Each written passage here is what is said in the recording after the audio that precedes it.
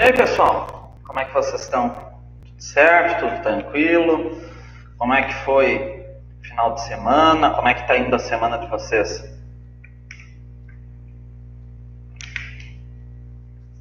Espero que todo mundo esteja aí se cuidando. Vamos aproveitar, já vamos começar então, e conforme o pessoal for entrando, a gente vai retomando alguns pontos da discussão que forem necessários. Na aula passada, a gente conversou um pouco sobre Conselho da República e Conselho de Defesa como órgãos consultivos da figura da Presidência da República. Foi uma passagem um pouco mais rápida, porque realmente não tem um aprofundamento doutrinário por parte da doutrina quanto à questão da natureza, do funcionamento de ambos os conselhos. E aí nós aproveitamos e começamos a conversar sobre poder judiciário. Começamos a adentrar na parte do poder judiciário. Aí nós conversamos um pouco de forma geral, quais as perspectivas, as características do poder judiciário no documento constitucional de 88, a questão da autonomia financeira, a autonomia administrativa, a autonomia do judiciário como instituição, como poder instituído, algumas mudanças que acontecem na parte processual constitucional para garantir os novos direitos que a própria ordem constitucional funda. Aí nós trouxemos o exemplo das ADINs, ação direta de inconstitucionalidade, as ações declaratórias de constitucionalidade, ação direta de inconstitucionalidade por omissão, mandado de injunção, habeas data, mandado de segurança, todos esses instrumentos processuais que surgem para essa garantia para essas novas garantias judiciais que vêm com a Constituição de 88. Conversamos também das garantias do Poder Judiciário como um todo, a fim de que garanta a sua autonomia institucional, e depois, de forma mais específica, nós começamos a conversar sobre as garantias dos magistrados. Perpassamos também as diretrizes básicas de organização do judiciário, as garantias dos magistrados, que é a vitaliciedade, a inamovibilidade e a irredutibilidade dos vencimentos. Conversamos sobre cada um desses e encerramos ali com algumas vedações que são impostas aos magistrados. Uma delas, por exemplo, a impossibilidade de exercer mais de um cargo ao mesmo tempo, sendo unicamente permitido a função da docência. Então, esse foi mais ou menos o panorama da nossa aula passada. Hoje, a perspectiva é de que essa aula e a próxima nós consigamos conversar sobre isso. No máximo, vamos ter que dividir em 3 aulas esse conteúdo, porque alguns pontos são necessários deixar um pouco mais claro, como, por exemplo, o de hoje, que nós vamos trabalhar em separado, vamos dedicar essa aula só para isso. E no máximo, a gente vai levar aí, no máximo, mais uma aula, estourando mais 2, para encerrar a parte de órgãos do Poder Judiciário e as suas competências. E, para começar bem o dia, não sei se vocês acompanharam, mas saiu uma decisão do STF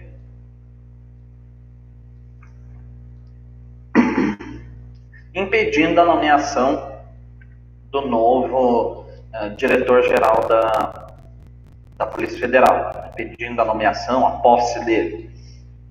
Foi dada hoje na parte da manhã. Então, talvez aí isso venha a calhar para nós discutirmos essa parte de competência do Poder Judiciário e organização do Poder Judiciário. Até que horas mais ou menos? Talvez, dependendo de como o conteúdo aí se desenvolver, acho que até umas 13 e pouco, 4 horas, no máximo 1h30, 2 horas, para a gente conversar sobre esse ponto. E aí vai depender também das discussões que forem surgindo, mas acredito que não muito mais do que isso. E hoje, então, começando a falar sobre órgãos do Poder Judiciário e as suas competências, nada melhor do que começar pelo STF, Supremo Tribunal Federal. Numa perspectiva histórica, a primeira Corte Suprema que o Brasil teve, o STF, né, o atual STF, se chamava Supremo Tribunal de Justiça. E ele foi criado ainda no Brasil Império, tem as suas raízes lá na antiga Casa de Suplicação portuguesa, e foi criado em 1828. E aí ele permanece enquanto Supremo Tribunal de Justiça até um tempo depois há só a mudança de nomenclatura e passa a se chamar desde então Supremo Tribunal Federal. Foi criado em 1828 e tem ele é alterado estruturalmente. Durante o período imperial ele funcionava de uma determinada maneira, e a partir do período da Primeira República, a partir do decreto 848 de 1890, o Supremo Tribunal Federal passa a funcionar de uma forma diferente, passa a ter uma organização diferente, a sua composição, número de ministros, como é que funciona, quais as suas competências, tudo. Isso acontece por causa de uma influência muito forte da doutrina constitucional norte-americana. Então, a partir desse contexto da Primeira República, o decreto institui essa nova forma de organização do STF, o decreto de 1890, e a Constituição de 1891, nos artigos 55 e 56, vem trazer algumas disposições agora em nível constitucional de como é que o Supremo Tribunal Federal atua. E aí é nesse ponto nesse paradigma, que o Supremo Tribunal Federal sofre influência da doutrina constitucional norte-americana. Quando nós começarmos a conversar sobre controle de constitucionalidade, que acredito que é sem ser... daqui mais ou menos umas 2 aulas a gente já inicia controle de constitucionalidade, vocês vão ver a forte influência que a doutrina constitucional norte-americana teve no Supremo Tribunal Federal, no funcionamento constitucional como um todo. E desde então, desde 890, 891, o STF aí sim passa a ser visto como guardião da Constituição e guardião da ordem federativa. Isso tudo numa perspectiva histórica. O que de fato nos interessa agora é pós-88, período da redemocratização do Brasil. Após 1988, o Supremo Tribunal Federal ele tem agora plasmado a sua organização, que é composto por 11 ministros de notável saber jurídico, reputação ilibada, tem que ter mais de 35 anos e menos de 65, é nomeado pelo presidente da República e tem que ter um nome aprovado por maioria absoluta do Senado Federal. E aí, primeira pergunta, me digam o que vocês acham.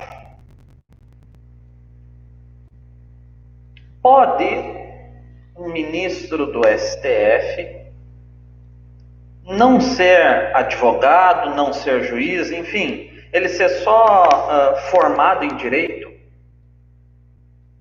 que vocês me dizem?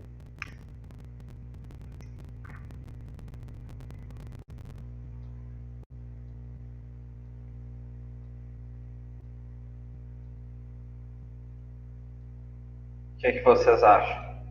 Pode um cara ser nomeado para ser ministro do STF sem ser advogado, juiz, promotor, sem...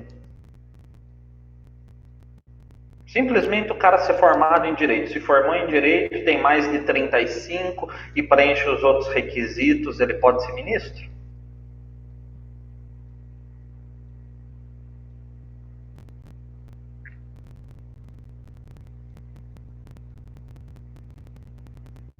Vamos ver o que vocês acham.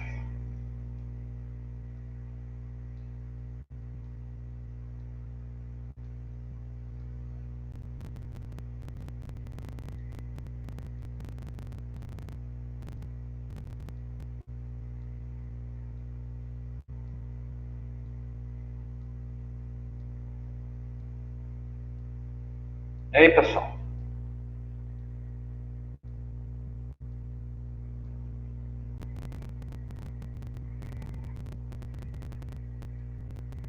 Ou vocês não acham nada?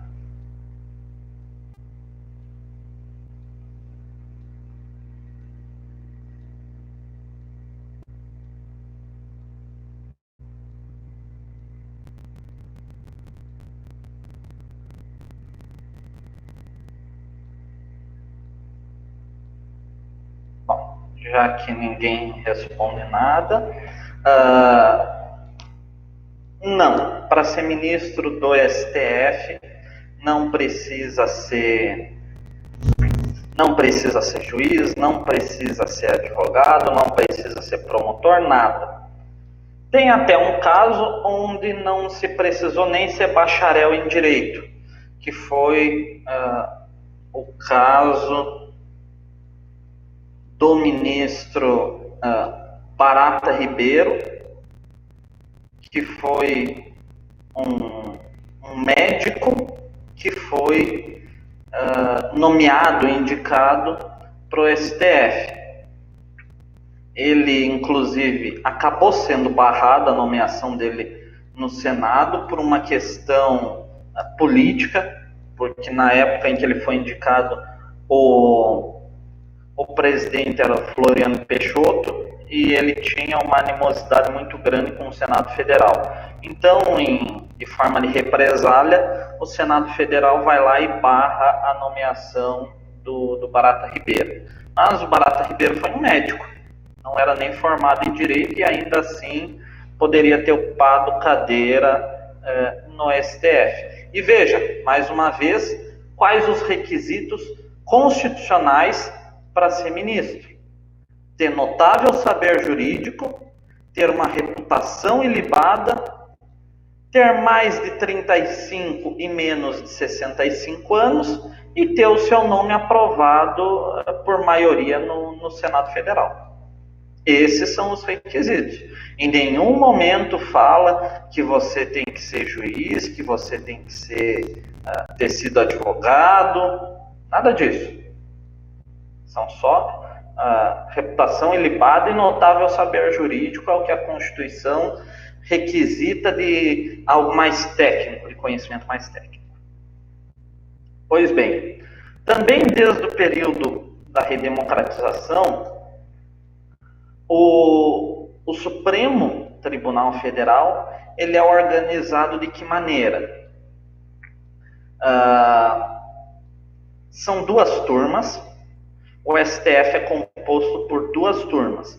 5 ministros em uma turma, 5 ministros na segunda turma. E onde é que fica o 11º? O 11º é o presidente do tribunal. O presidente do tribunal não participa de nenhuma turma. É necessário que cada uma das turmas seja composta por número ímpar de ministros. para quando você tem uma votação, você não cair sempre num empate, num 2-2, num 3-3. Sempre tem a necessidade de ser número ímpar para resultar no momento da votação, tendo um lado favorável ou não, né? Você tem um resultado e não tem um empate. Então, a primeira turma é composta por 5 ministros, a segunda por 5. O presidente do tribunal não faz parte de nenhuma turma. As turmas, em questão de competência, de julgar processos, tudo isso, tem as mesmas competências, são competências idênticas, tanto da primeira quanto da segunda. E eles... esses processos que chegam no STF, eles não são distribuídos de forma originária. Pelo contrário, é definido um ministro relator. Você não vai pegar e dizer assim, eu vou mandar, o processo vai cair para a primeira ou para a segunda turma. Não é esse tipo de distribuição que acontece. É o ministro relator que vai ser designado.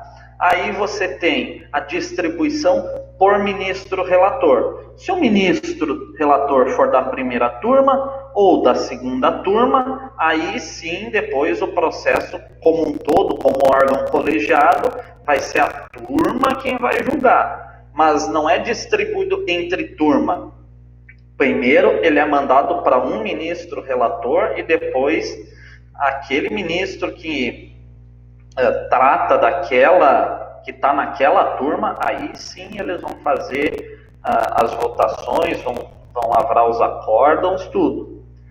Esse ponto de distribuição do processo para os ministros relatores e não por turmas, está disposto no artigo 66 do Regimento Interno do STF. E ainda assim, dentro das próprias turmas, cada uma tem o seu presidente.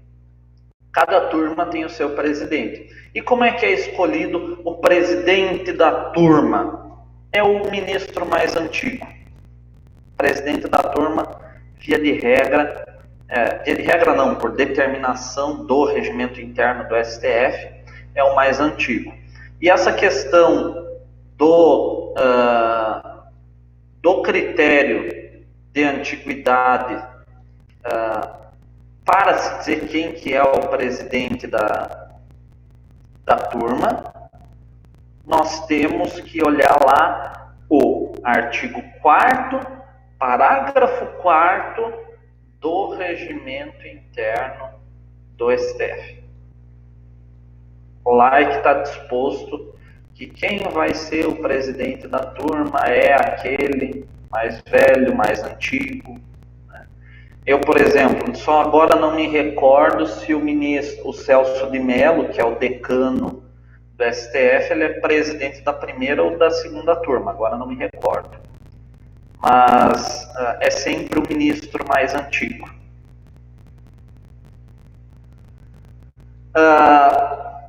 Competências do STF. É importante nós destacarmos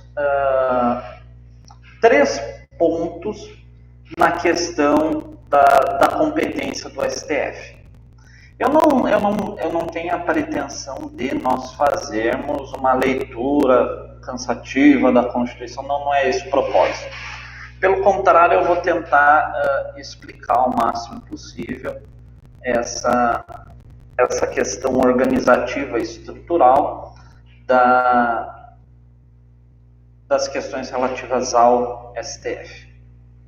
Pois bem, para nós identificarmos, quando nós estamos falando de STF, nós temos que ir lá para o artigo 102 da Constituição. O artigo 102 da Constituição é o artigo que vai definir as competências do STF.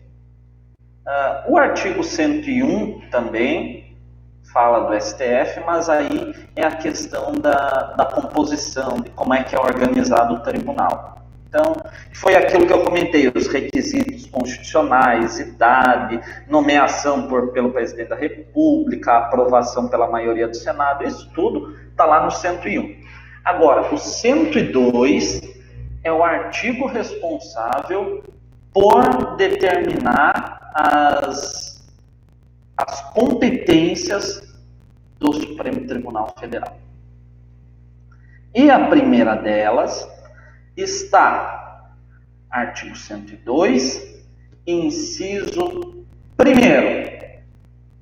Eu não vou ler todas as alíneas, porque vai da linha A até a linha R. Então, acredito que não tem essa necessidade. Depois, se vocês conseguirem dar uma olhada, mas eu vou fazer algumas menções que estão nessas hipóteses daqui. O artigo 102, inciso 1º, vai tratar da competência originária de julgamento do STF. Professor, o que é essa? Professor, eu já ouvi falar nessa competência originária. O que é ela, afinal de contas? Competência originária do STF significa que é dele e só dele a possibilidade de processar e julgar alguém. De mais ninguém. Como, por exemplo, naquela outra aula que nós conversamos sobre a responsabilidade do presidente, eu tinha comentado que pode existir a possibilidade de abertura de um processo de impeachment, não só por crime de responsabilidade, mas também por crime comum. E aí, por crime comum, você tem a permissão de abertura do processo por meio da Câmara dos Deputados, e depois é mandado para o STF processar e julgar. Então, por exemplo, uma das competências originárias do STF é processar e julgar o presidente da República no cometimento de crimes comuns em função do exercício do cargo, que é o que vai estar, por exemplo, lá na linha B do artigo 102, inciso 1º. Processar e julgar originariamente nas infrações comuns, a linha B, nas infrações comuns, o presidente da República, o vice-presidente, os membros do Congresso Nacional, seus próprios ministros e procurador-geral da República. Por exemplo, na linha A do 102, inciso 1º, nós vamos identificar outra competência do STF, de processar e julgar originariamente, ou seja, é ele quem tem que fazer aquilo dali. Se você, por exemplo, mandar para o lugar errado, não vai ser aceito, porque aquilo só pode tramitar e só pode ser julgado pelo STF, que é caso, por exemplo, de uma ação direta de inconstitucionalidade. Não cabe à Justiça Federal julgar isso, não cabe ao STJ, não cabe a ninguém mais. Compete originariamente ao STF processar e julgar. Artigo 102, inciso 1º, a linha A. A ação direta de inconstitucionalidade de lei ou ato normativo federal ou estadual e a ação declaratória de constitucionalidade de lei ou ato normativo federal. Então, o artigo 102, inciso 1º da Constituição, vai determinar aquelas hipóteses que são aquelas dali. Não se tem um alargamento do que está escrito na lei, na Constituição. O artigo 102, inciso 1º, vai dizer que o STF pode processar e julgar. E só ele pode fazer aquilo. É só dele aquela competência. Já também no artigo 102, no inciso 2º, a Constituição vai dizer que compete ao STF julgar recurso ordinário. E aqui eu justamente faço essa menção, julgar recurso ordinário, porque o recurso, a figura do recurso ordinário, ele pode se dar em diferentes instrumentos processuais de natureza constitucional. Por exemplo, vocês vão ver recurso ordinário em habeas corpus, vocês vão ver recurso ordinário em mandado de segurança, em habeas data, vocês vão ver recurso ordinário em crime político, que mais? Mandado de injunção, ou quando o processo se inicia em tribunais superiores, se inicia no STF, no STJ e depois sobe para o STF, ou nasce nas próprias turmas do STF. Então, assim, o inciso 2º do artigo 102 vai dizer para nós que compete ao STF julgar recurso ordinário. Essa é a competência. Agora, aí eu trouxe os exemplos, né?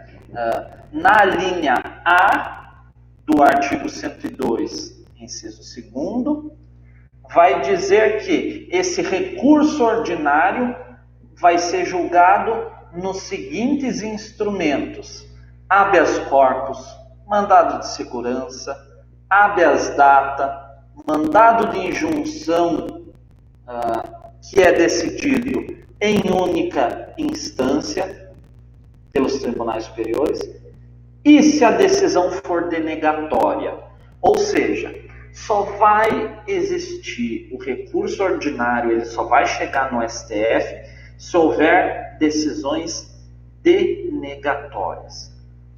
Exemplo, vamos pegar aí um exemplo penal que talvez seja mais fácil de visualizar. Um indivíduo foi preso preventivamente pela prática de tráfico de drogas. Foi preso preventivamente. O advogado fez pedido de liberdade para o juiz de primeiro grau, não deu. O advogado vai lá, faz um pedido de reconsideração, também não leva. Bom, vamos fazer um habeas corpus para a segunda instância, Tribunal de Justiça.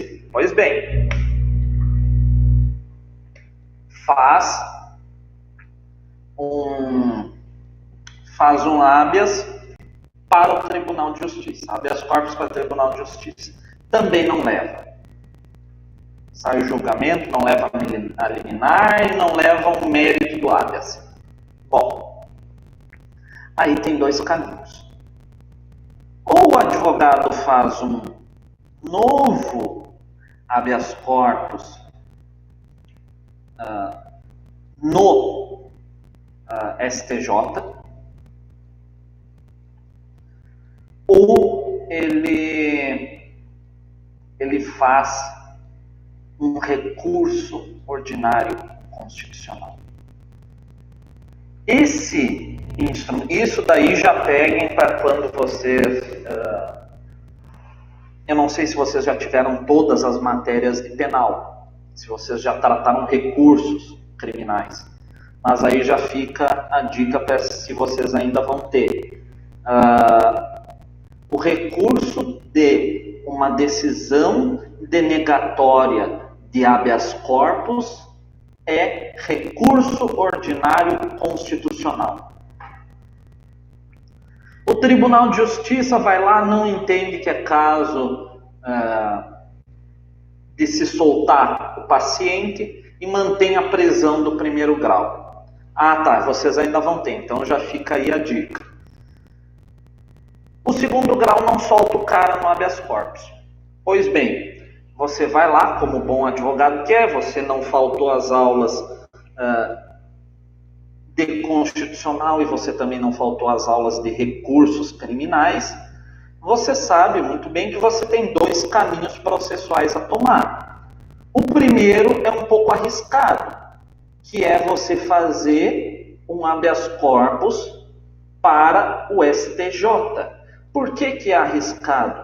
Porque o STJ já tem entendimento consolidado de que habeas corpus não é um instrumento adequado a ser utilizado quando você tem uma decisão denegatória. O termo que eles utilizam é que o habeas corpus não é um substitutivo recursal. Mas, como vocês são alunos da Unibalsa, não faltaram as aulas de constitucional e de recursos, vocês vão pelo caminho pelo caminho processual adequado, que é fazer um recurso ordinário constitucional, que é na decisão que denega o habeas corpus.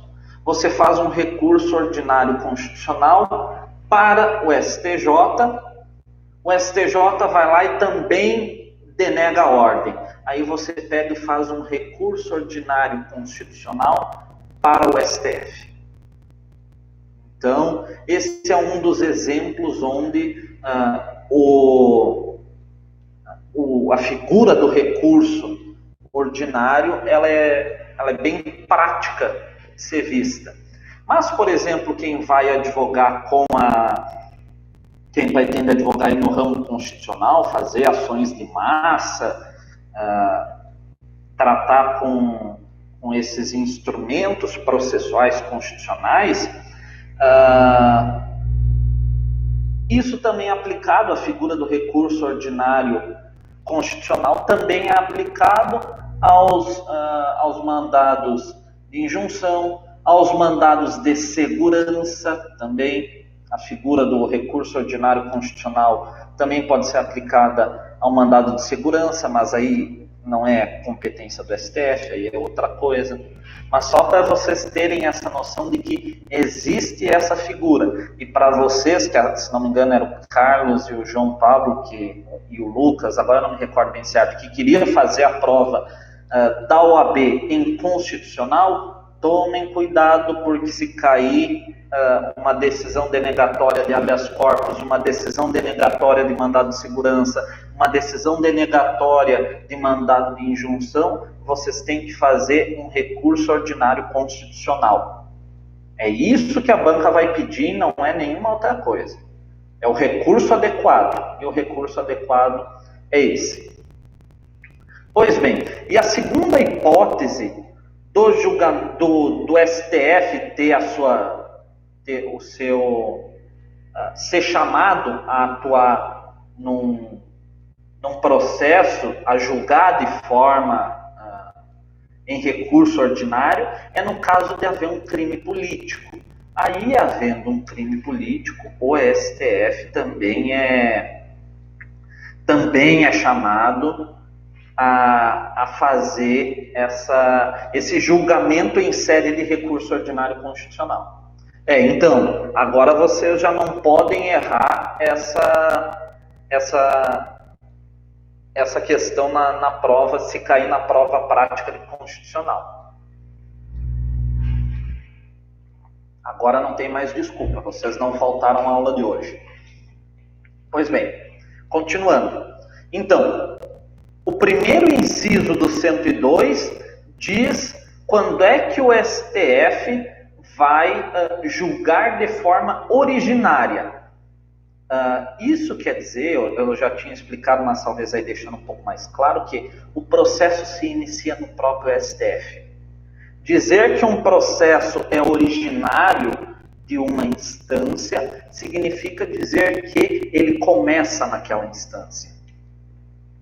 Por exemplo, julgar governadores nas irregularidades que eles cometem, irregularidades jurídicas que eles cometem, não administrativa, por exemplo, é um processo que se inicia na segunda instância, no Tribunal de Justiça.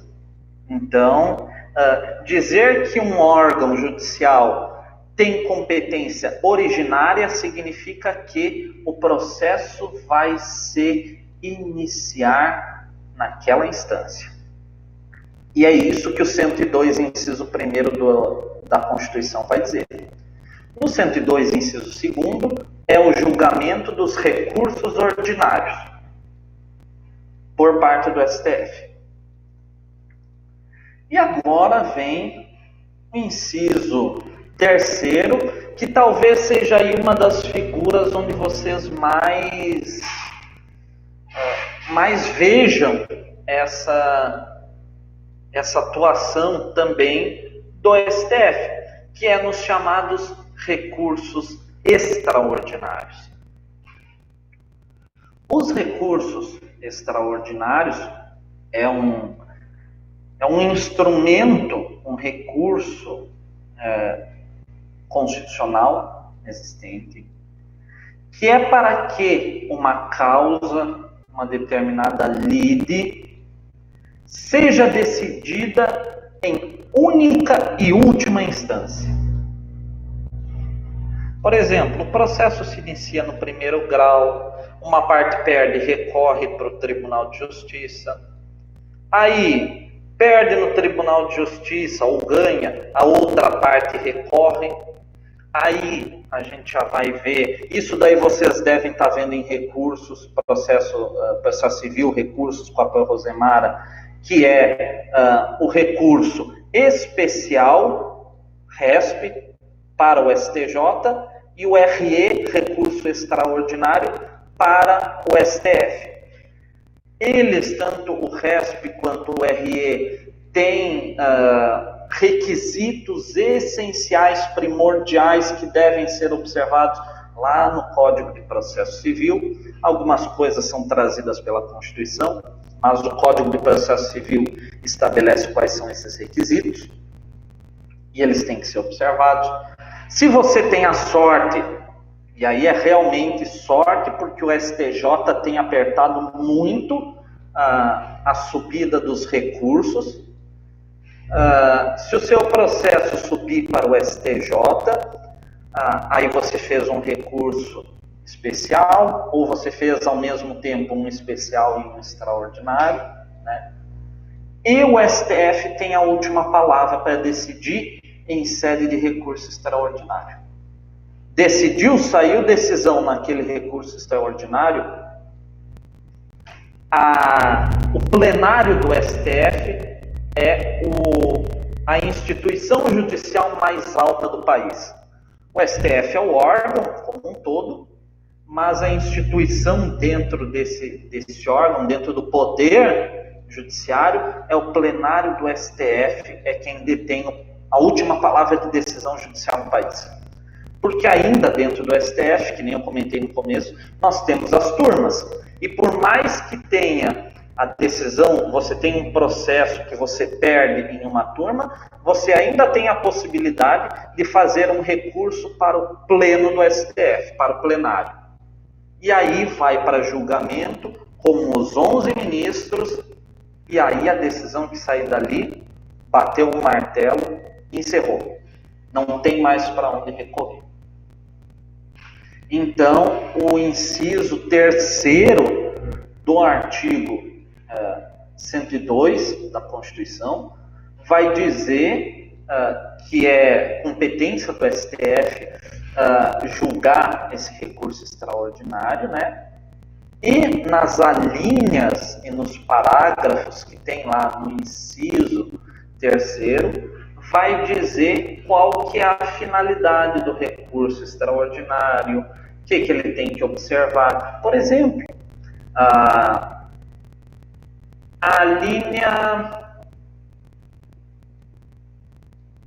linha B do inciso 3º do 102. Declarar a inconstitucionalidade de tratado ou lei federal. A linha A. Contrariar dispositivo desta Constituição. A linha C. julgar válida lei ou ato de governo local contestado em face dessa Constituição. E D, julgar válida lei local contestada em face de lei federal. Então, esses são os casos onde nós vamos identificar essas possibilidades de julgamento do STF em sede de recurso extraordinário.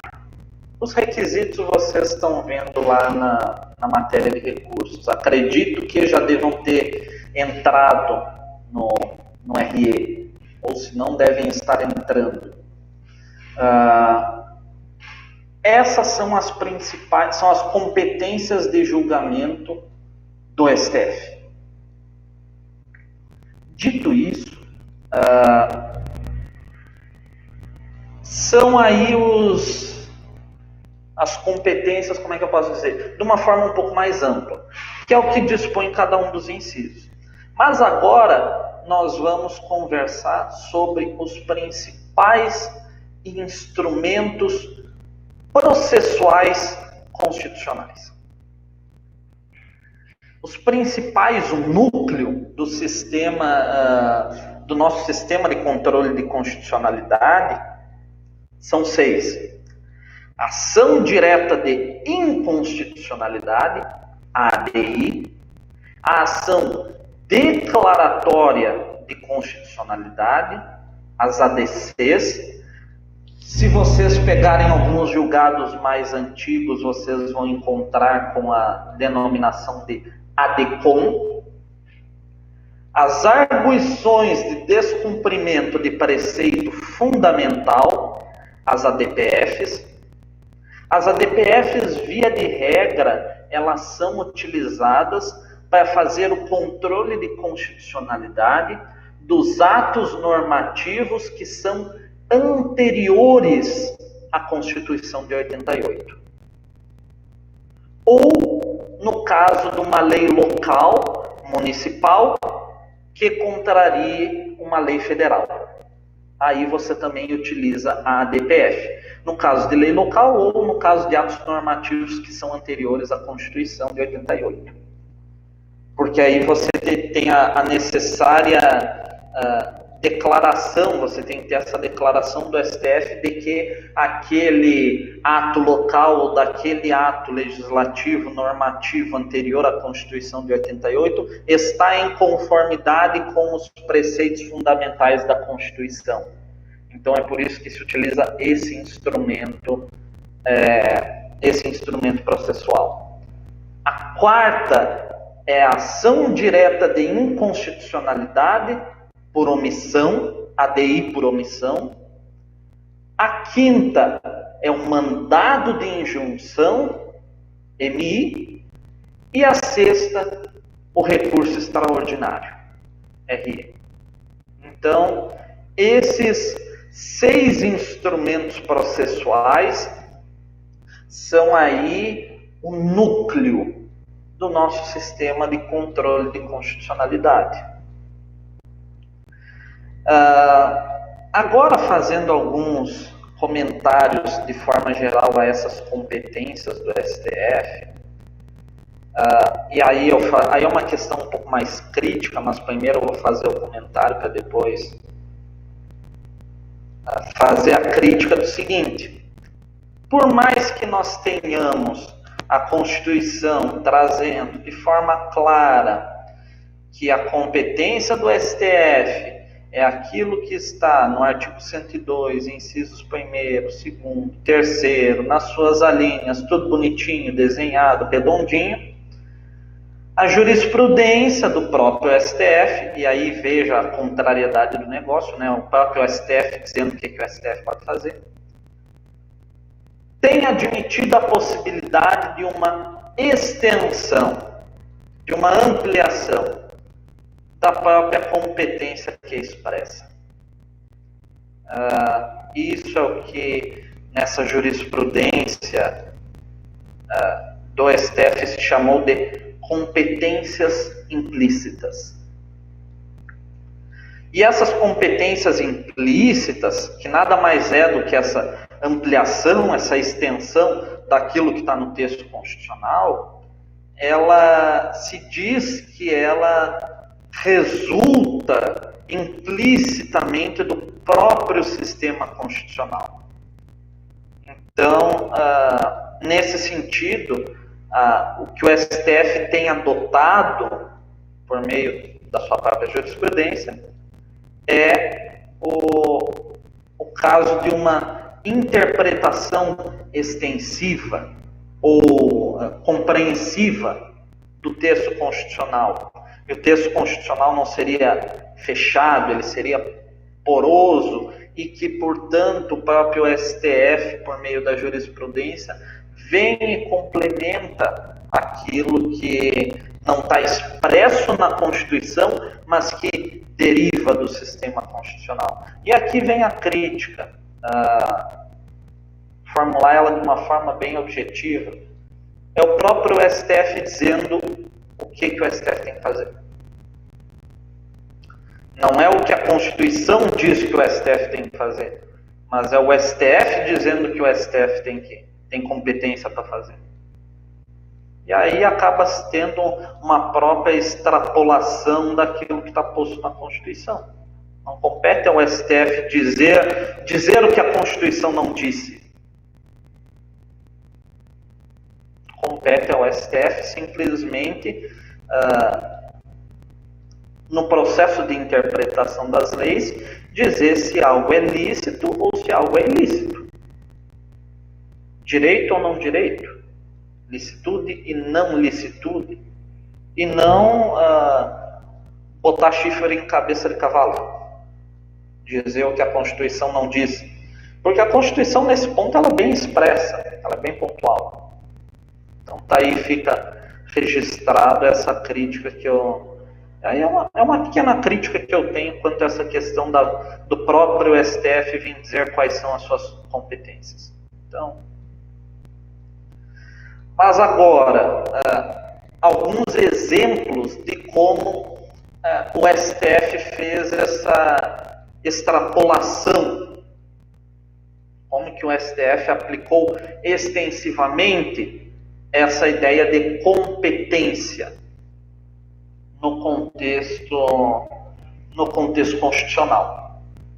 Primeiro exemplo, o caso dos mandados de segurança contra ato de comissão parlamentar de inquérito.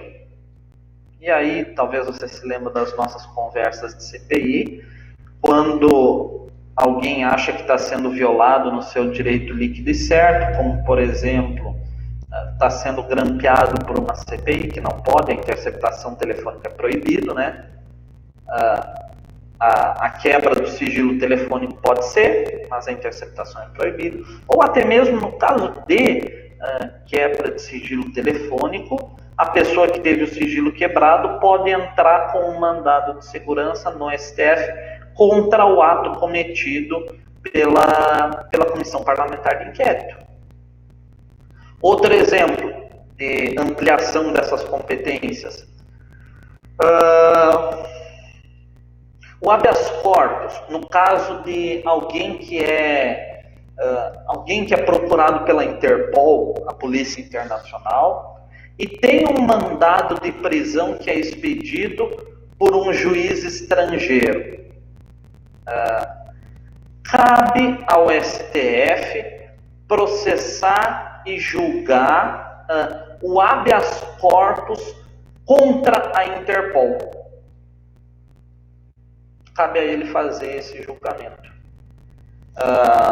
Outro exemplo, o STF tem competência originária para julgar os mandados de segurança contra os atos da mesa da Câmara dos Deputados e que alcança atos individuais que são praticados por parlamentares que proferem essa decisão. Outro exemplo, habeas corpus contra qualquer órgão do STJ. Isso também é outro exemplo que não está na Constituição, né? Mas é uma extensão que o STF fez. Por exemplo, qualquer habeas corpus, se você se achar no constrangimento ilegal de qualquer autoridade do STJ, você faz um habeas corpus e esse habeas corpus ele tem que ser mandado para o STF, ele não vai ser julgado, por exemplo, pelo pleno do STJ, não, é o STF, a instância superior. Criação jurisprudencial. Vamos ver se tem outro exemplo aqui. Essas são as principais figuras que agora que eu tomei nota, para vocês terem uma ideia de como é que acontece essa extensão daquela competência que é expressa. Isso naqueles instrumentos processuais de forma geral que a gente tinha visto no nosso núcleo de sistema de controle de constitucionalidade. Agora eu queria dedicar algumas menções específicas ao recurso extraordinário. Primeira coisa, vocês já chegaram a passar lá com a Pro Rosemara sobre o recurso extraordinário ou ainda vão passar? Porque daí, se vocês já passaram, eu dou uma retomada na ideia, mas se vocês não passaram, eu dou uma explicada um pouco mais pontual. Já passaram? Show de bola. Então, só fazer algumas menções sobre o recurso extraordinário. Primeira delas, você tem que ter uma ofensa direta à Constituição. O seu recurso extraordinário, o seu processo não sobe para o STF em sede de recurso extraordinário se não houver uma ofensa direta à Constituição, clara, plasmada, né? Desde a emenda constitucional 45, que foi em 2004, passou-se a admitir o recurso extraordinário no caso da decisão que julgar válida uma lei ou um ato de governo federal em face da Constituição, que é o caso do 102º, a linha D.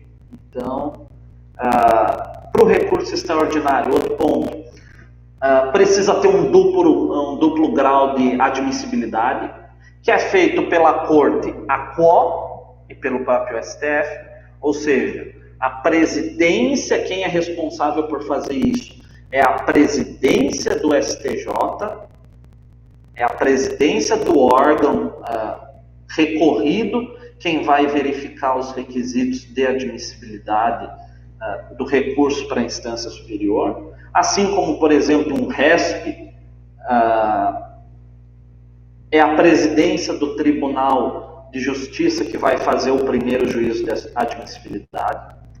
Então, primeiro você tem o STJ, a presidência do STJ, fazendo esse juízo de admissibilidade, aí o processo sobe para o STF, e o STF vai fazer um novo juízo de admissibilidade, um duplo juízo de admissibilidade. Vamos ver outro ponto. E isso é importante. Isso é importante, se vocês já viram lá, mas eu refriso. Em sede de recurso extraordinário, só se discute questão de direito. Só. Não se rediscute questão fática. Não só no STF, no STJ também.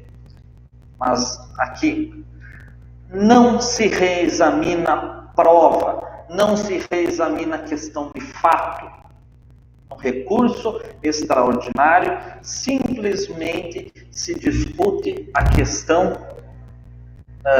jurídica. Uma questão ipso iure, de direito.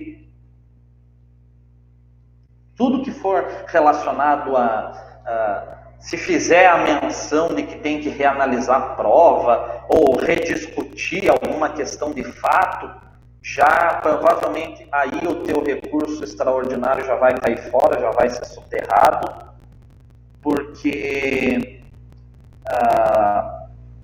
reexaminação fática, reexaminação de prova, qualquer coisa dessa natureza que tenha que mexer em questão de fato de prova, cai fora, não passa para recurso extraordinário. É só questão de direito. Vamos ver outro ponto que é importante.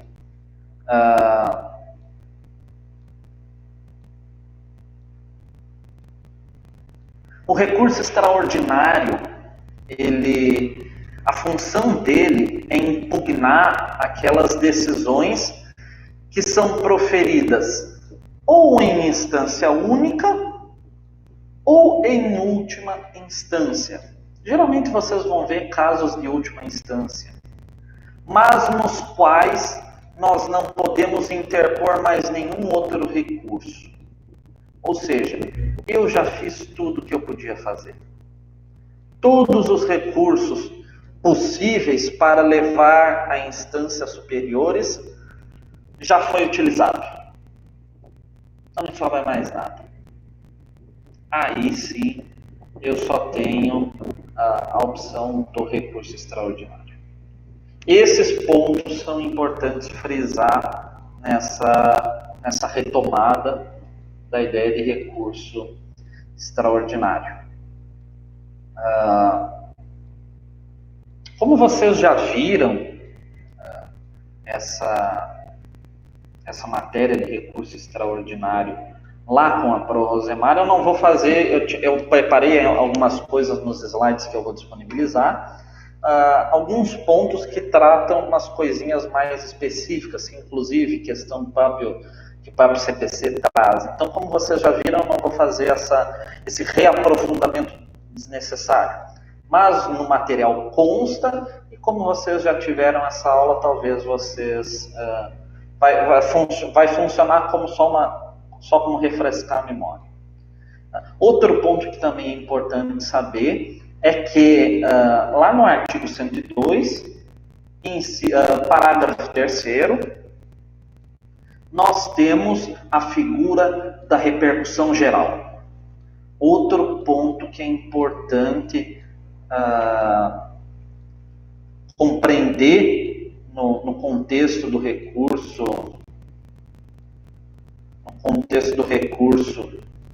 extraordinário, é a figura da repercussão geral.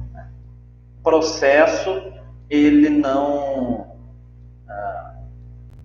é, vamos dizer assim, ele não é levado adiante nessa figura recursal se ele não tiver a repercussão geral.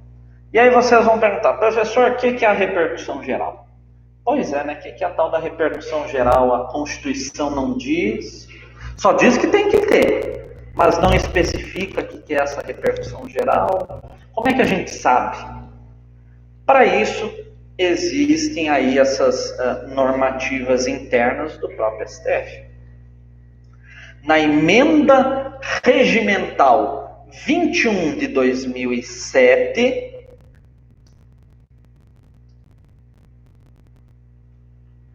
do STF, no artigo 322, no parágrafo único, nós vamos encontrar o que é repercussão geral.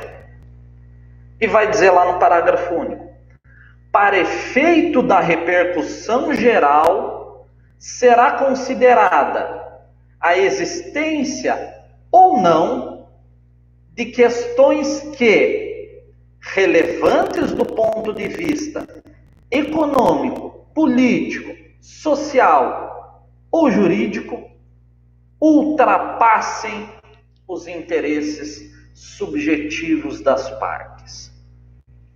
Ou seja, você tem que estar com uma questão de cunho constitucional que seja considerada que seja relevante econômica, política, social ou juridicamente e que seja de extrema, resguarde uma extrema importância a ponto de procurar ser generalizada numa perspectiva recursal, ou seja, ultrapassar o interesse subjetivo das partes.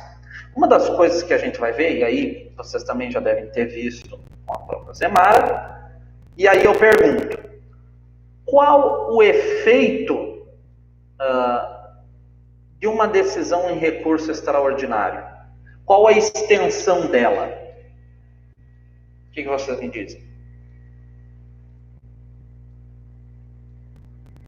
Tem duas expressões que se utiliza para isso. Vamos ver se vocês lembram.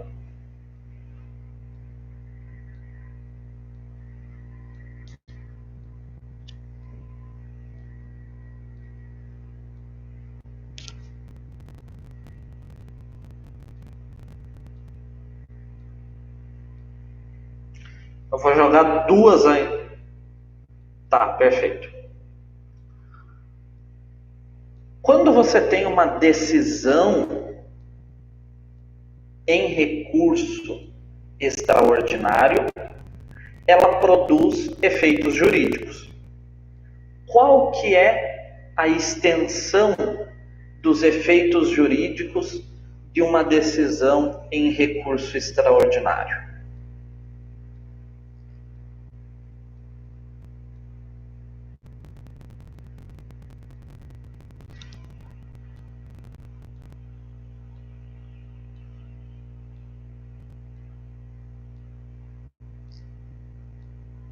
Tem duas expressões que são conhecidas. Eu vou jogar aí no chat e vocês me digam o que vocês acham que é. Ou o que vocês se lembram, estudaram.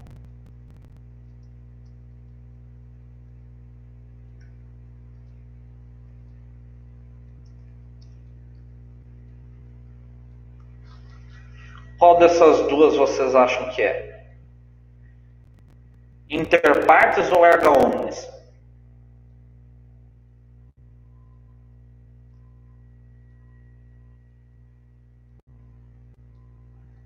Agora, se vocês não souberem responder, eu vou mandar uma mensagem para a Rosemar e vou reclamar, porque isso daí vocês devem ter visto.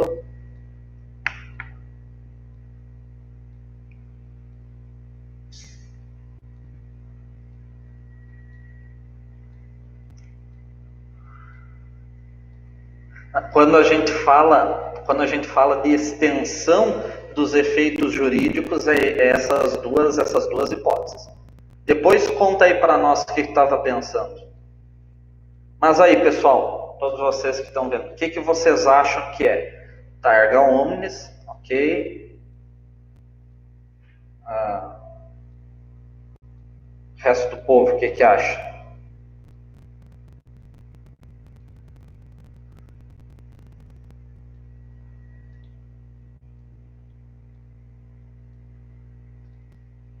Que isso? O povo, para não responder, está saindo da live.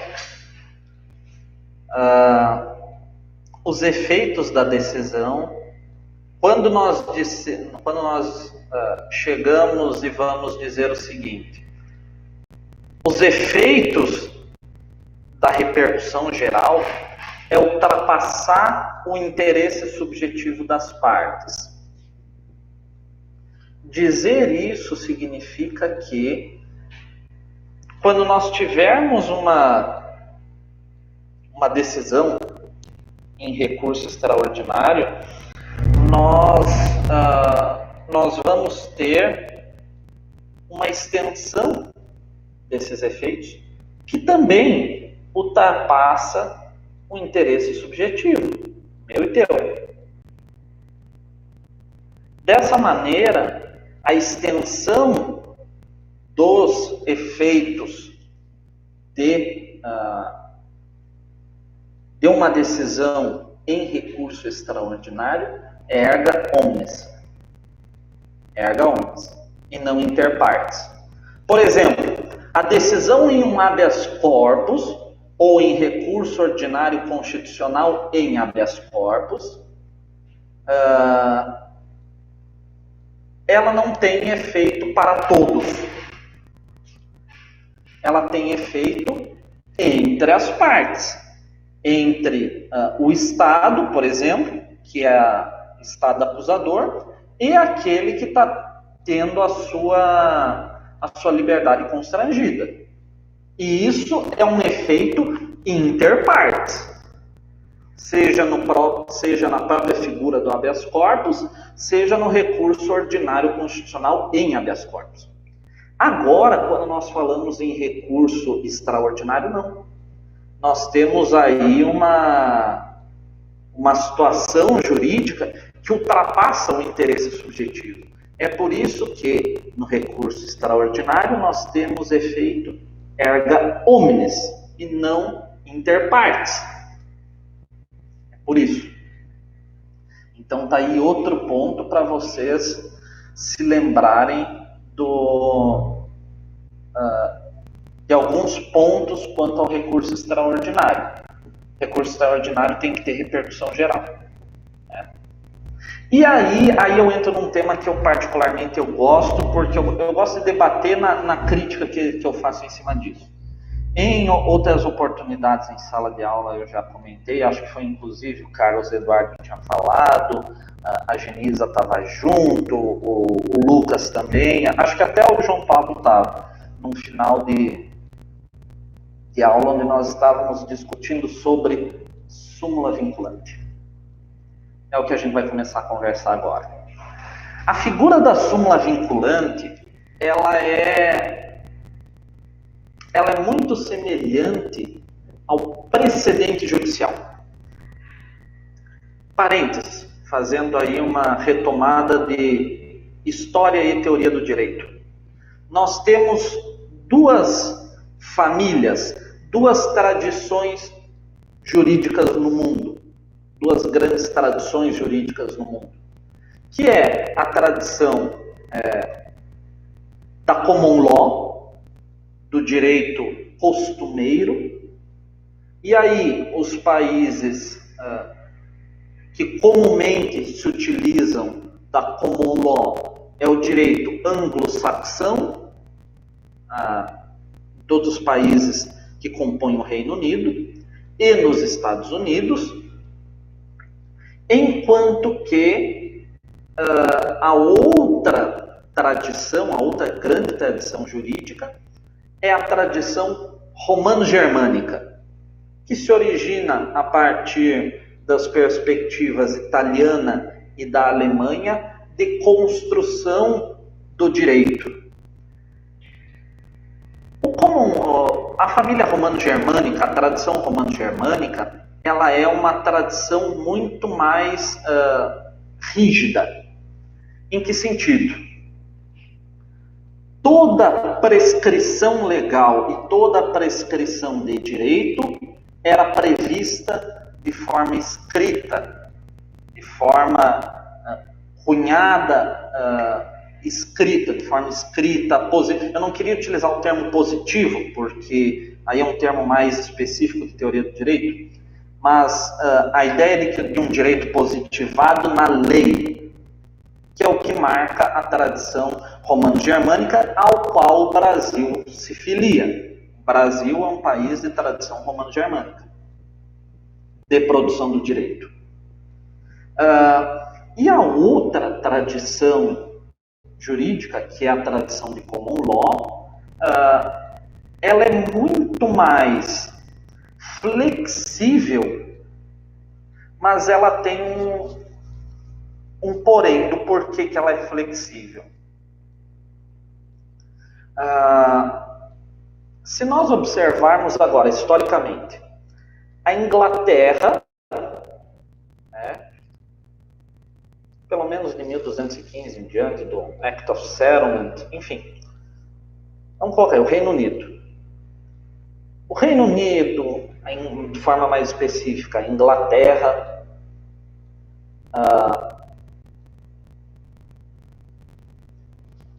países que priorizam os costumes, a monarquia pode influenciar nesse sentido. Os Estados Unidos é baseado em ambos.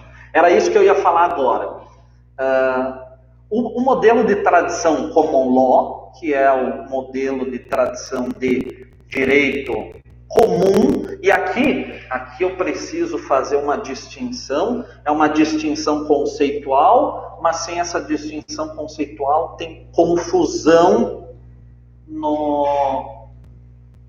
na ideia de como se produz o direito. Quando nós falamos em tradição common law, nós temos que distinguir entre direito comum, essa é a principal ideia de common law. Common law, a tradução literal é direito comum. Dentro dessa tradição, dessa grande tradição, nós temos o direito comum, que é o direito common law, que é o qual o Reino Unido, a Inglaterra e os Estados Unidos se baseiam. Os Estados Unidos é um direito de common law, não é romano-germânico, é common law, direito comum. Nós temos também, além da expressão common law, nós temos a expressão direito consuetudinário. E eles não são a mesma coisa. Quando nós falamos em direito consuetudinário, nós estamos falando de um direito que ele surge através dos costumes de uma sociedade.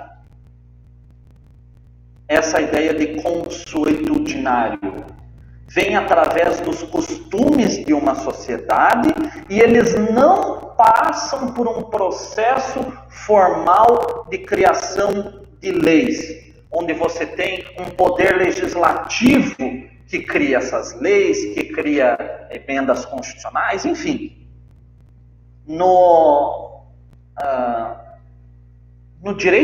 Na ideia de direito consuetudinário, nós não temos uma figura, nós não temos aquele processo formal de criação de legislação, e a lei ela não precisa estar em nenhum lugar. Ela não precisa estar no papel, ela não precisa ser sancionada e ela não precisa nem ser promulgada, porque se entende que ela está no costume da sociedade. Agora, alguns exemplos de países que seguiam por direito consuetudinário: a Mongólia, Sri Lanka, deixa eu ver outra aqui, e a Andorra. Atualmente são esses 3 países que seguiam de forma consuetudinária, ou seja, única e exclusivamente por meio de costumes da sociedade.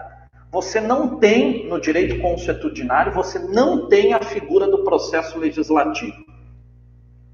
É tudo por costume. Mongólia, Sri Lanka e Andorra, os 3 países que seguiam só por costumes. E aqui, por isso, devo fazer essa distinção de direito comum, common law, e direito consuetudinário, porque eles não são a mesma coisa.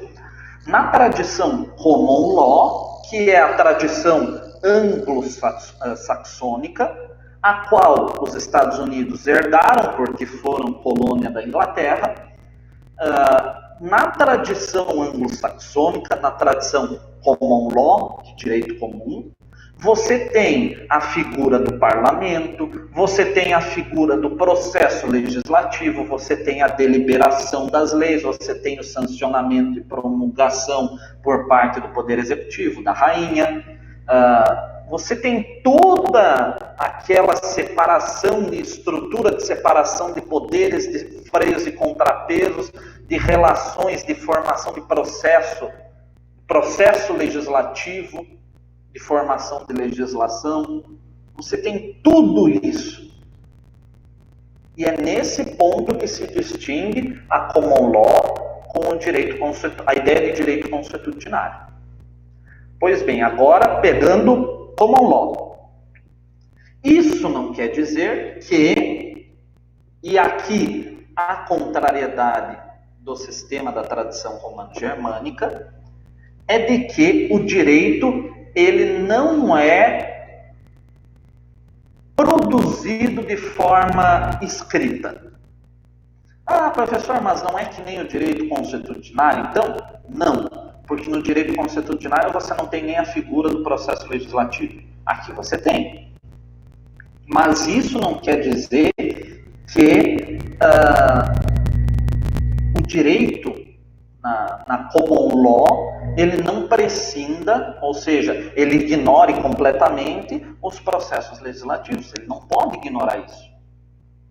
Até porque se você tem uma determinada lei, você tem que se guiar por ela. Mas a grande diferença aqui entre a tradição romano-germânica e a tradição common law é de que na tradição romano-germânica a lei é a base de produção do direito. E aí nós temos algumas fontes auxiliares, como a jurisprudência, os costumes, a analogia. Mas a lei é a base, é o principal que tem que ser observado. Na tradição common law, não. Na tradição common law, o que tem que ser observado principalmente é a jurisprudência, os precedentes judiciais.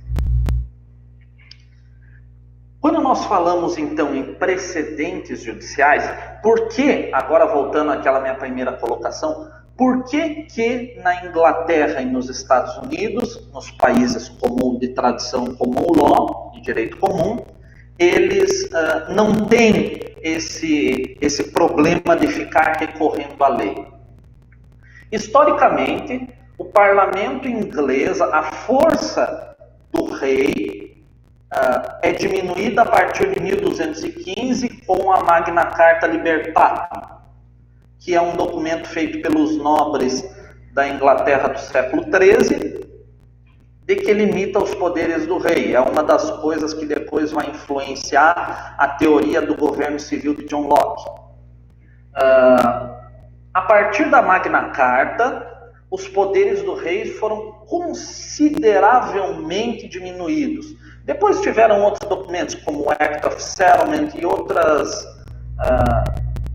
documentos político-jurídicos que servem de base à constituição do sistema inglês, judicial inglês.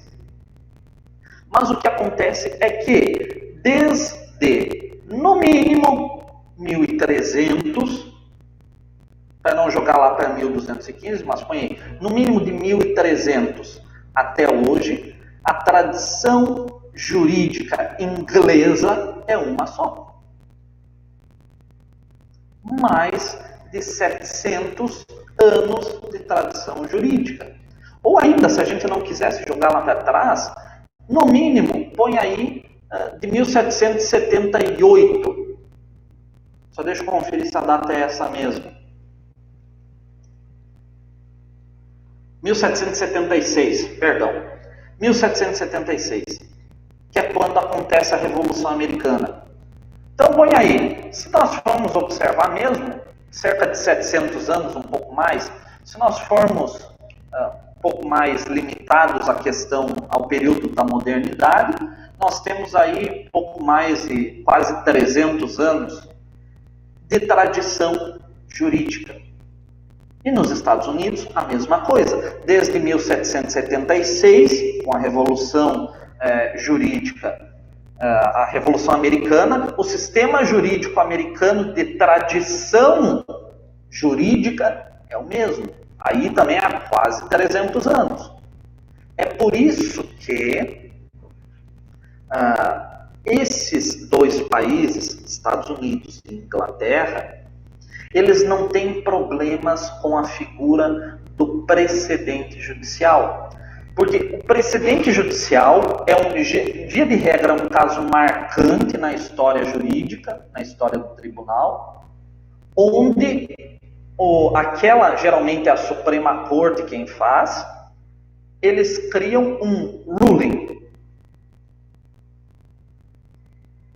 Esse ruling é um enunciado que vai estabelecer um princípio jurídico que deve ser observado para casos semelhantes. Aí, na figura do precedente judicial, dentro dele, ele se subdivide em duas partes: a obter dicta, ou obter dictum, e ratio decidendi. O precedente judicial, a decisão, ela se subdivide entre o obter dicta. O obter dicta é a parte onde o juiz vai relatar de forma detalhada os fatos, o que aconteceu, as razões, tudo aquilo, as razões jurídicas, as regras aplicáveis ao caso, as regras que não são aplicáveis ao caso, o porquê que elas são aplicáveis e o porquê que elas não são aplicáveis. Tudo isso vai no obter dicta. E tem uma outra parte que aí seria como o dispositivo de uma sentença, que é a ratio decidendi, que em latim quer dizer razão de decidir. As razões de decidir, a ratio decidendi, é a seção de um precedente judicial que vai estabelecer o determinado princípio jurídico que é aplicável àquele caso e que pode ser replicado para casos semelhantes, com situações de fato semelhantes e regras jurídicas que podem ou ser ou não aplicáveis. E é por isso que se toma como base os precedentes judiciais, porque aí você tem um caso semelhante, você vai para o precedente, o juiz da tradição common law vai para o precedente e vai ver, olha aqui, os fatos são muito parecidos. Por que essa regra jurídica foi afastada e a outra foi considerada? Aí ele vai começar a olhar no obter dicta. Ele vai, essa regra foi aplicada por causa disso, disso e disso, e a outra foi afastada por causa disso e disso e disso. E daí ele chega lá na ratio decidendi e vai ver qual que é o princípio jurídico que foi aplicado e vai replicar isso para o próximo caso. Esse é o funcionamento de um sistema de tradição de precedentes judiciais. Aqui, é por isso que a lei, num sistema de precedente judicial, ela não é central, ela não tem uma força vinculante, porque o judiciário pode afastar a lei em si e fazer prevalecer um princípio jurídico. O que manda, o centro do sistema da tradição common law, da tradição de direito comum, é o precedente judicial e não a lei. Já na nossa tradição, é a lei e não o precedente. Então, e aí outra coisa, agora trivia, curiosidade. Precedente judicial e jurisprudência são termos diferentes. Nós utilizamos como a mesma coisa, mas erroneamente, porque eles são termos diferentes. Jurisprudência é um termo que se traduziu da palavra jurisprudence, do inglês, da teoria do direito inglesa, e jurisprudence, na teoria do direito inglesa, nada mais é do que a própria teoria do direito. Lá não tem o nome de teoria do direito. Lá o nome da matéria é jurisprudence. E essa jurisprudence ensina toda essa estrutura e como fazer a construção de interpretação e aplicação de precedentes judiciais à luz da tradição constitucional desses países. Aí pegou-se o termo jurisprudence, jogou-se no Google Tradutor e traduziu jurisprudência. E aqui tudo é jurisprudência. Jurisprudência para nós nada mais é do que um caso que já foi julgado, só. Seja ele, entra lá no Tribunal de Justiça aqui do Maranhão, vai lá, processos, jurisprudência, e joga um termo lá, vocês vão ver uma enxurrada de processos. Aquilo é jurisprudência. Agora, o precedente judicial são aqueles casos marcantes de uma corte constitucional e que estabelecem o ruling, que estabelecem as razões de decidir para casos semelhantes. Como, por exemplo, e aqui é onde eu começo trazendo o negócio para a nossa matéria, a figura do ruling, da tradição do direito common law, é muito parecida com a figura da súmula vinculante que nós temos. Não é a mesma coisa, mas é muito semelhante. O que são as súmulas vinculantes, então, afinal de contas? Ela é um enunciado, né? Ela é um enunciado feita pelo Supremo Tribunal Federal, onde ela vai estabelecer uma determinação, vai ser como é que eu posso dizer, um enunciado vinculativo, uma declaração que vai determinar que seja aplicáveis aquilo que vai estar na súmula vinculante, seja aplicável tanto para a administração pública quanto para os tribunais inferiores. Claro, a própria edição da súmula vinculante, ela tem alguns requisitos formais, a gente já vai conversar. Mas é nesse ponto que a súmula vinculante está assemelhada com a tradição common law. Então, por isso, se lembrem, jurisprudência e precedente judicial são coisas diferentes. Aqui, a súmula vinculante, ela seria muito parecida com uma seção específica do precedente judicial, que é a seção da ratio decidente, que é o ruling, aquilo que tem que ser aplicado para as instituições do governo e para os tribunais inferiores. Essa é a figura da nossa súmula vinculante. E essa figura, ela vai vincular os órgãos da administração pública, seja direta ou indireta, e possibilita que qualquer interessado faça valer essa orientação do Supremo. Se você acredita, identifica que uma súmula vinculante está sendo violada, você tem que fazer você é interessado, né, a fazer uma comunicação para o STF. E essa comunicação, ela não acontece por meio de recurso. Tem uma figura constitucional específica para isso, que é a chamada reclamação constitucional. A reclamação constitucional serve para dizer que uma decisão judicial está sendo descumprida. A figura da reclamação está lá no artigo 103A da Constituição. E aí alguns requisitos, agora entrando na parte formal das súmulas vinculantes.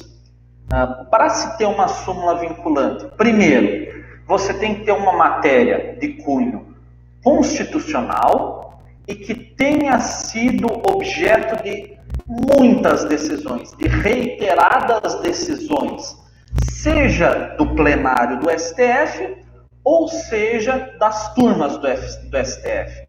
Mas você tem que ter reiteradas decisões sobre aquele assunto. Tendo isso, você precisa da maioria de 2/3 dos votos dos ministros do Supremo. Isso dá 8 votos. O objetivo da súmula vinculante é ela acabar com uma controvérsia sobre a validade, a interpretação ou eficácia de alguma norma que possa gerar insegurança jurídica. Então, a súmula vinculante vem para pacificar aquela compreensão sobre aquele dispositivo, aquela norma. Além disso, a súmula vinculante ela não tem aí só uma natureza exclusivamente constitucional. Via de regra, ela trata de normas constitucionais, mas ela também pode fazer tocante à interpretação de uma norma que é infraconstitucional. Essa interpretação ela pode envolver até mesmo uma questão local, de governo, por exemplo, a nível estadual, que é o que vai estar disposto no artigo 103A, que é o caso de interpretação, discutir. Às vezes você não está discutindo a norma em si, mas você está discutindo a interpretação que tem que ser dada àquela norma. Então pode ser tanto a discussão da norma em si, quanto a discussão da interpretação sobre a norma, a interpretação produzida sobre a norma. Esses são aí os objetos de como é que a súmula vinculante pode atingir as normas constitucionais ou infraconstitucionais.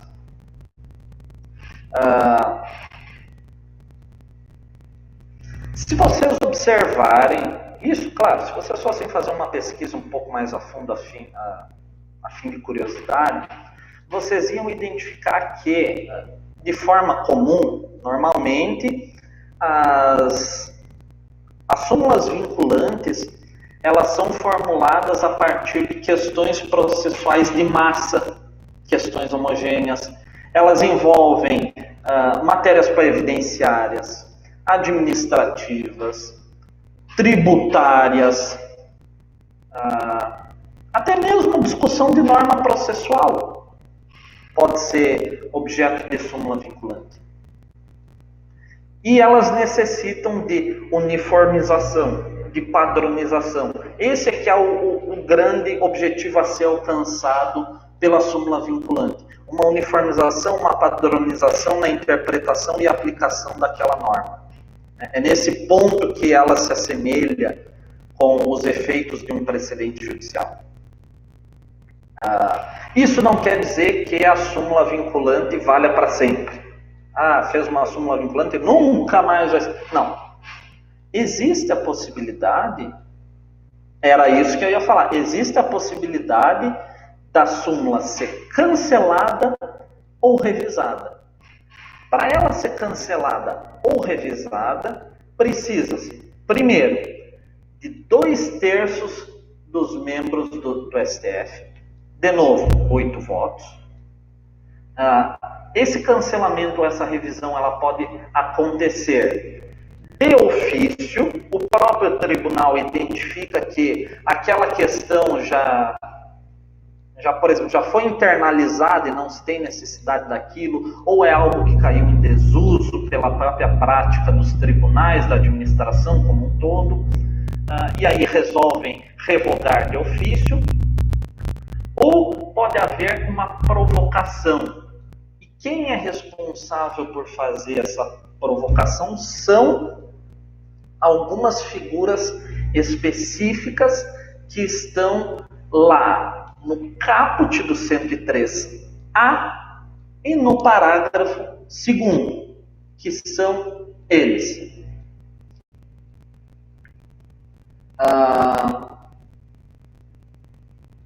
O Supremo Tribunal Federal poderá, de ofício ou por provocação, mediante decisão de 2/3 dos seus membros, após reiteradas decisões sobre matéria constitucional, aprovar súmula que, a partir da sua publicação na imprensa oficial, terá efeito vinculante em relação aos demais órgãos do Poder Judiciário e à administração pública, direta e indireta, nas esferas federal, estadual e municipal, bem como proceder à sua revisão ou cancelamento na forma estabelecida em lei.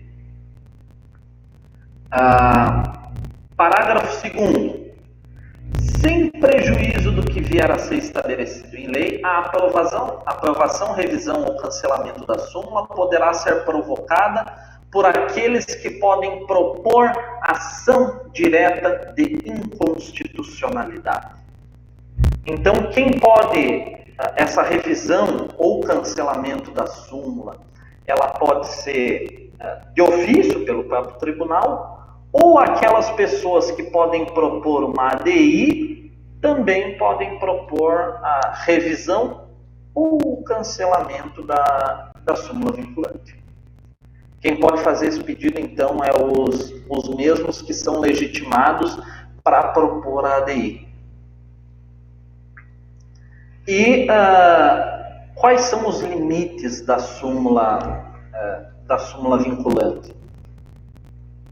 É meio óbvio falar isso, né? Mas infelizmente hoje precisa se dizer o óbvio, que é o seguinte: os limites da súmula vinculante são aqueles limites dados pelo próprio enunciado que resulta da sua formulação. Eu sempre costumo trazer o exemplo da súmula vinculante número, deixa eu ver se é a 13. Pode ser a 13 ou a 14, tanto faz. Vamos usar a 13, já que está bem atual.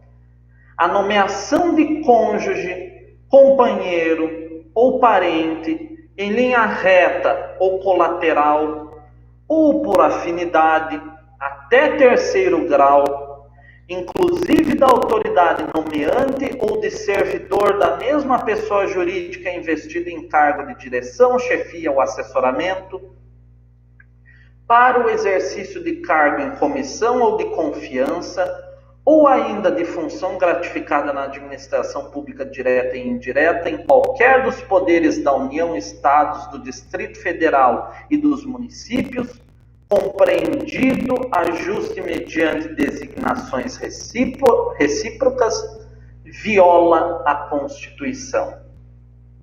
Trocando em miúdos, a súmula vinculante número 13, ela fala do nepotismo. Você não pode nomear o seu cônjuge, seu companheiro ou seu parente em linha reta, até o terceiro grau, em linha reta ou em linha colateral.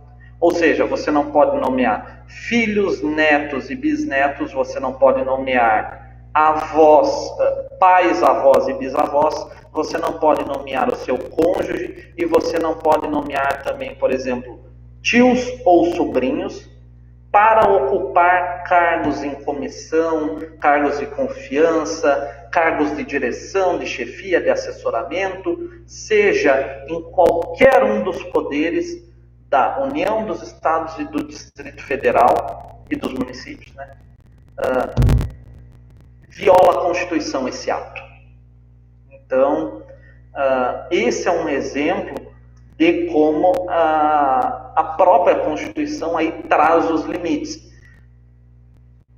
A súmula vinculante 13 é bem categórica, e aí por isso, aqui o exemplo que eu dou de que o limite objetivo da súmula vinculante é o próprio enunciado.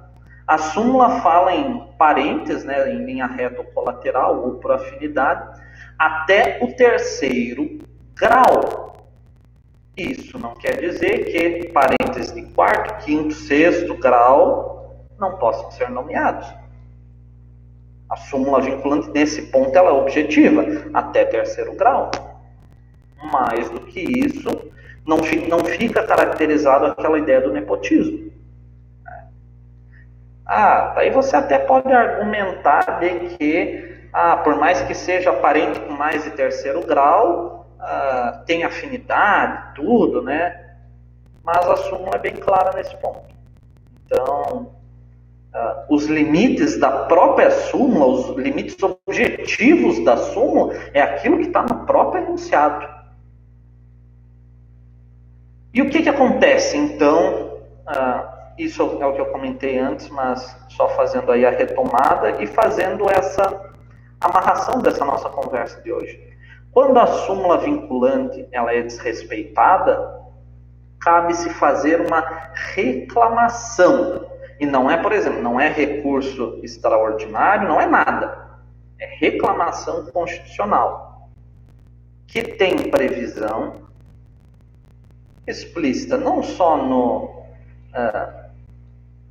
próprio 103A, mas lá no artigo 102, inciso 1º, a linha L, que vai dizer o seguinte: compete ao Supremo Tribunal Federal, principalmente, a guarda da Constituição, cabendo-lhe, inciso 1º, processar e julgar originariamente, a linha L, a reclamação para a preservação da sua competência e garantia da autoridade de suas decisões.